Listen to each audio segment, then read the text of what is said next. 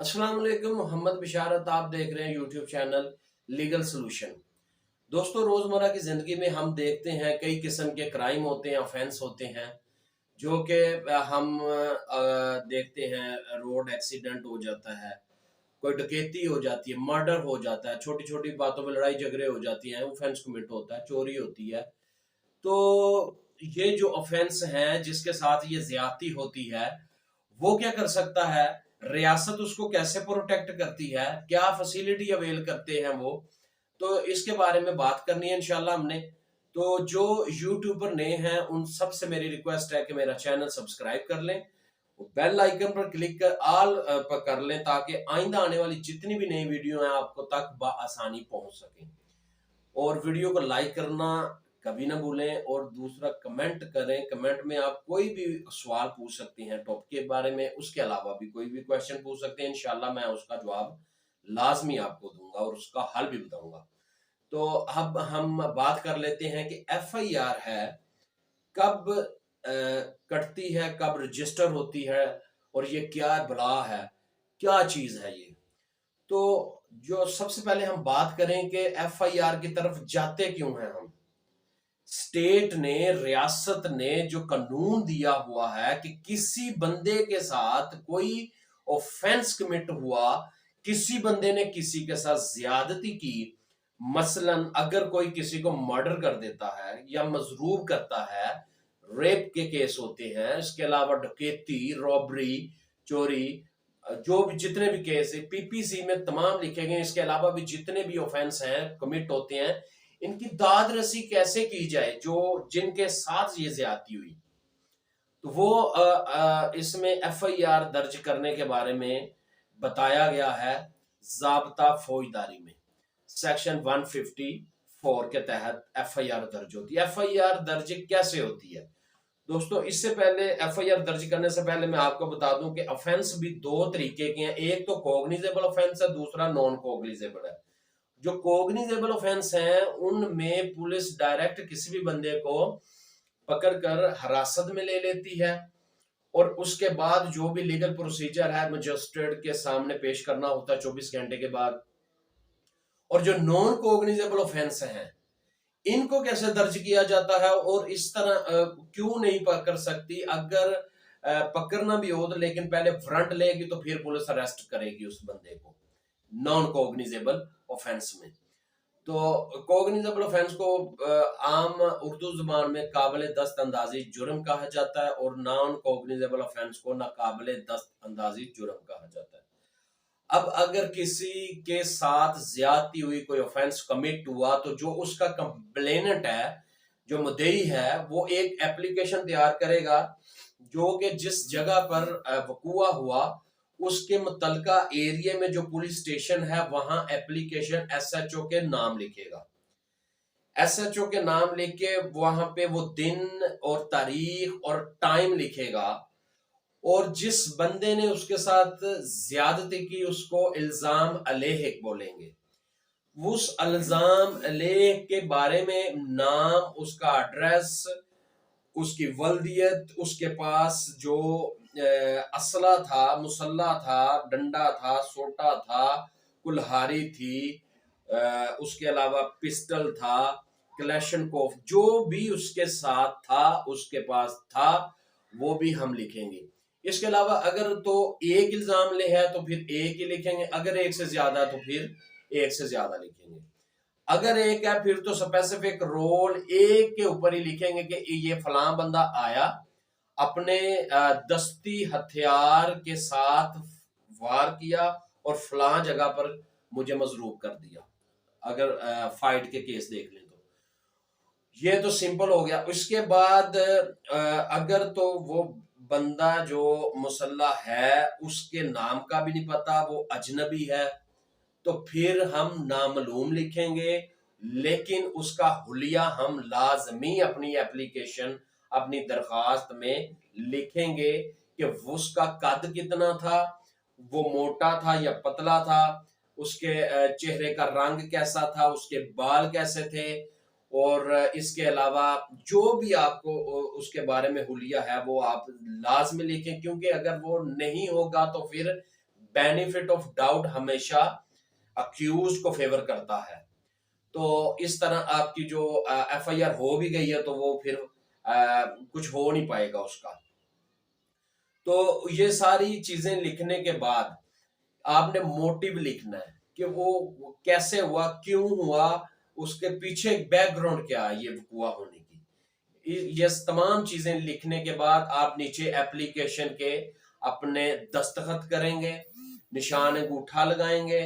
इसके बाद अपना शनाख्ती कार्ड नंबर लिखेंगे, अपना मोबाइल नंबर लिखेंगे और मुतलका पुलिस स्टेशन जाकर उसको दर्ज करवा देंगे। आजकल जो पुलिस स्टेशन में एक अलहदा जो ऑफिस बनाए हुए हैं, कंप्यूटर पे ऑनलाइन एप्लीकेशन दर्ज होती है, उसका आपको ई टैग मिलता है और जिसको एप्लीकेशन मार्क होती है वो भी आपको बता दिया जाता है उस ई टैग के ऊपर, और उसके ऊपर फोन नंबर भी उस पुलिस ऑफिसर का लिख दिया जाता है। उसके बाद अगला मरहला जो होगा वो जो आपका मुतलका पुलिस ऑफिसर जिसको ये मार्क होगी एप्लीकेशन, आप उसके साथ राब्ता करेंगे। उसके ई टैग जो रसीद आपको मिलेगी उसके ऊपर उसका फोन नंबर भी होगा, तो आप उसके साथ राब्ता करके कोई टाइम मैनेज करेंगे, आपको वो सुनेगा, दूसरी पार्टी को सुनेगा और एसएचओ को इन्फॉर्म करेगा और आपकी जो एप्लीकेशन है वो एफआईआर की शक्ल अख्तियार करके दर्ज हो जाएगी। जो फॉर्मल उनका तरीका है दर्ज करने का, ये एक इब्तदाई रिपोर्ट है। इसके अलावा अगर हम देखें कि एक पढ़ने लिखने का नहीं पता जिस शख्स को, वो क्या करेगा, वो एप्लीकेशन कैसे लिख कर देगा? उसका आसान तरीका ये है, या तो वो किसी से लिखवाएगा या फिर पुलिस स्टेशन जाकर अपनी जो कहानी उसके साथ जो ऑफेंस कमिट हुआ वो सारा रिपीट करेगा, वो सारी डिटेल बताएगा, वो उसी कहानी को एक लिखाई की सूरत में लिख देंगे, एप्लीकेशन बना के उस शख्स का अंगूठा लगवाएंगे और अगर वो दस्तखत कर सकता है तो फिर उसके साइन भी करवा लेंगे। ये करवाने के बाद उसका फोन नंबर, उसका शनाख्ती कार्ड लिखने के बाद वही तरीका कि वो दर्ज होगी, ई टैग मिलेगा और फिर वो किसी पुलिस ऑफिसर को मुतलका वही थाने में किसी को मार्क कर दी जाएगी, फिर वो पुलिस ऑफिसर उनको सुनेगा। ये एक सिंपल एप्लीकेशन गई और उस पे जो कार्रवाई हुई ये है कि एफआईआर दर्ज होती है कि नहीं होती, ये बात का मामला। एप्लीकेशन गई, ये सारा तरीकेकार है। अगर तो एफआईआर दर्ज हो जाती है तो ठीक है, अगर एफआईआर दर्ज नहीं होती तो दूसरा फोरम इसका जो है वो आप एसपी जो मुतलका थाना है उसका एसपी, वहां पे पेश होकर आप अपनी सारी स्टोरी बता सकते हैं कि मैंने एप्लीकेशन दी, ये उसकी रसीद है, ई टैग है, लेकिन एफआईआर दर्ज नहीं हो रही। अगर वहां पे भी आपकी बात रद्द कर दी जाती है और एफआईआर दर्ज नहीं होती, पर्चा नहीं कटता, तो फिर आप नेक्स्ट फॉर्म यूज करते हैं, आप कोर्ट की तरफ आते हैं। आप वहां पे section 22A, section 22B CrPC ज़ाब्ता फौजदारी की एप्लीकेशन दायर करेंगे मुतलका जो डिस्ट्रिक्ट है उसके सेशन जज साहब के पास। वहां पर जो जज साहब हैं वो उसे एंटरटेन करेंगे। फाइल करने के बाद रिपोर्ट कमेंट्स मंगवाएंगे मुतलका थाने से, एसएचओ को डायरेक्शन होगी और एसएचओ उतने जो टाइम पीरियड बताया जाएगा उस टाइम पीरियड में कमेंट्स फाइल करेगा दोनों पार्टियों को सुनने के बाद अकॉर्डिंग टू लॉ। अब अकॉर्डिंग टू लॉ अगर तो वो ऑफेंस बनता है कमेंट्स को देखकर तो वो लिखकर भेज देगा। नेक्स्ट डेट पे जो मुतलका कोर्ट है, ऑनरेबल कोर्ट क्या करेगी कि उन दोनों साइड से वकला को सुनकर आर्गुमेंट सुनने के बाद एक ऑर्डर पास करेगी, या तो वो डायरेक्शन दे देगी या फिर एप्लीकेशन आपकी खारिज कर देगी।